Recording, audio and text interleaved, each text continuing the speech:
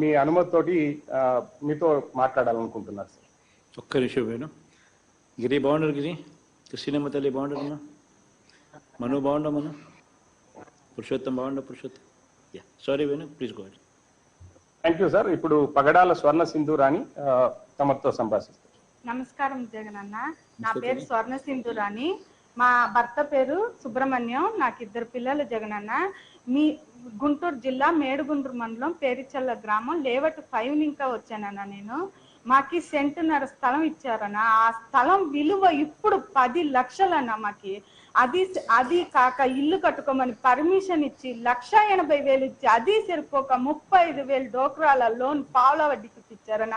అది కాక ఇప్పుడు ఆ పావుల వడ్డీ మళ్ళీ మాకు వాపస్ ఇస్తున్నారన్న. ఎన్ని జన్మలు ఎత్తినా మీ రుణం తీర్చుకోలేమన్నా మేము. మాకి రోడ్లు, కరెంటు, వాటర్ అన్ని ఫెసిలిటీ బాగా చేశారన్న.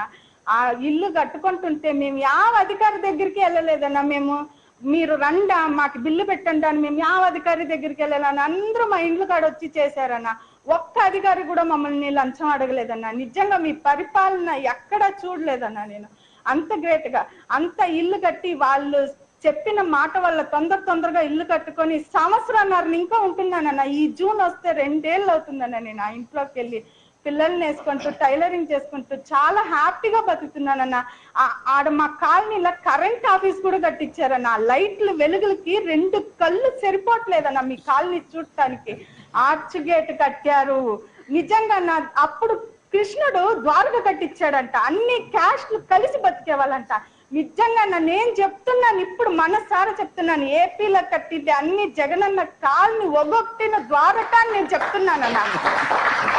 అన్నా నేను పొగుడుతున్నాను అనుకోమాకన్నా, నేను మనసారా చెప్తున్నానన్నా. తల్లి తండ్రి నాకు జీవితం ఇచ్చారు, జన్మని